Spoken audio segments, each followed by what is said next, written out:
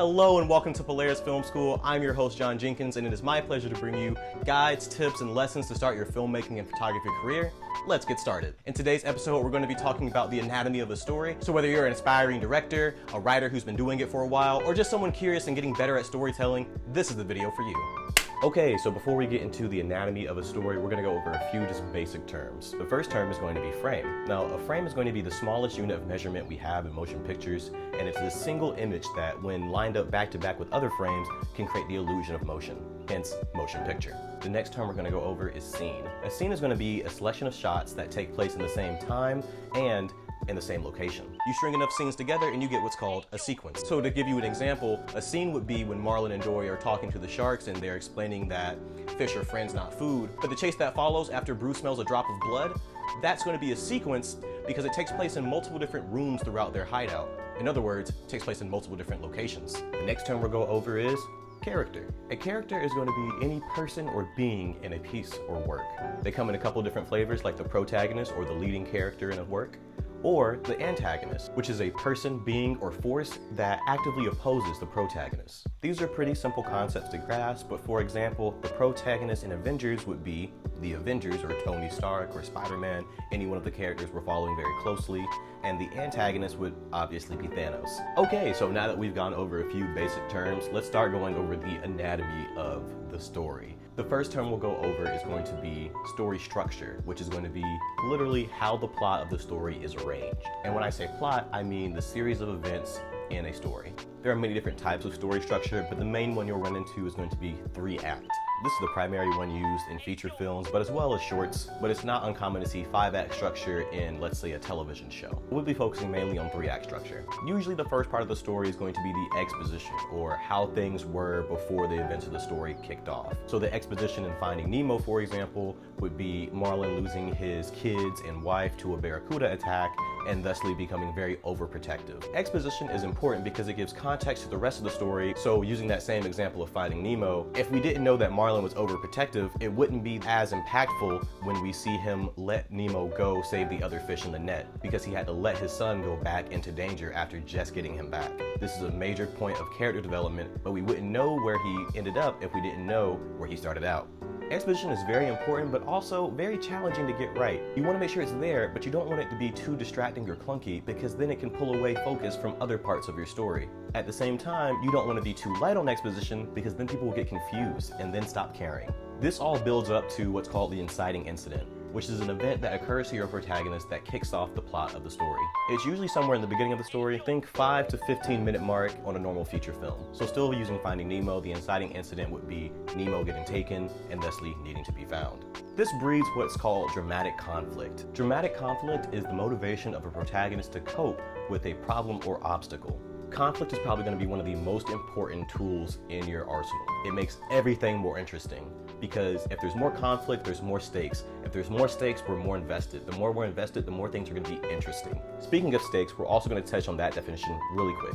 Stakes are the risk involved if a character fails to overcome a conflict. So the risk in Finding Nemo is a father losing his son, not being able to protect him. These are very high stakes because we can all relate to wanting a loved one to not be in danger. Conflict can come in many different forms and poses what's called an obstacle. Think of an obstacle like a hurdle that a character has to get over. These obstacles are usually best if they're played into later in the movie. For example, Dory teaches Marlin how to loosen up, and that in return informs his decision on letting Nemo go and save the rest of the fish caught in the net at the end of the film. We like this because it's satisfying and it shows character growth, but you can't have it without conflict and obstacles. Conflict can happen to not only the protagonist, but also the antagonist. For example, Thanos, the antagonist, has to overcome an obstacle when getting the Soul Stone. He does this by having to lose something he loves in the form of Gamora, his daughter. This has big character implications because it shows that Thanos is not just a mindless, destroying machine, but also has somewhat of a heart buried down there, and he has to push it even further to get what he wants, showing how ruthless he is and making him that much more scary as a villain. So we've had our inciting incident, and conflicts and obstacles are starting to come at us. This is called rising action. Rising action will take us through the inciting incident, all the way through the second act into the climax. It usually involves some character in crisis. So for example, going back to Finding Nemo, one of the pieces of rising conflict would be Marlin going through the jellyfish stingers and Dory getting seriously injured. There's high stakes because we like Dory and we don't want to see her go, and there's character development because we have to see Marlin stop going full steam ahead and take a step in to help his friends, something that is important and resonates through the end of the film. Climax is the highest point of emotional intensity, and when we start to go towards the conclusion of the story. One example of climax is going to be in Avengers Infinity War, when Thanos finally gets his hands on Vision, gets the Mind Stone, and can then do the snap.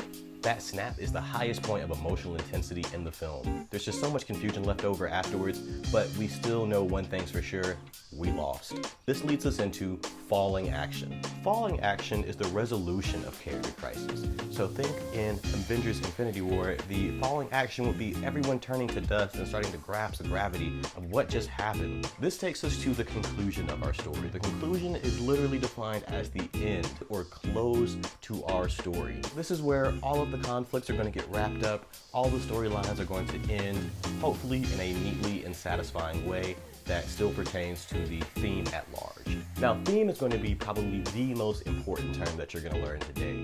Theme is going to be the universal or unifying idea that your work has in it. Theme will inform pretty much every choice that your characters and crew will make. We do this in filmmaking so that things have a sort of cohesiveness to them.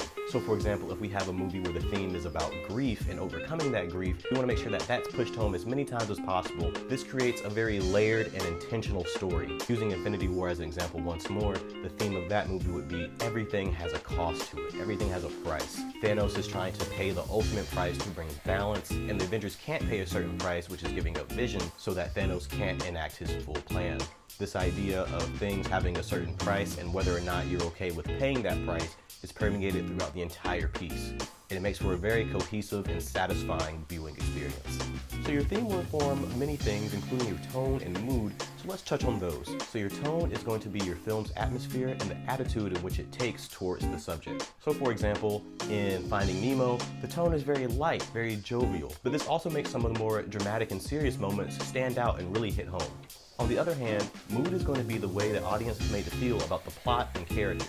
You can use it in a few more different contexts than you can tone. For example, when we talk about mood, we can be talking about the lighting or art design, whereas tone is typically just the way that we're going to be interacting with the subject. But that's it. We went from the exposition and where the story started to the inciting incident, leading up to the rising action, which takes us to the climax, which leads us to the falling action, which then takes us to the conclusion.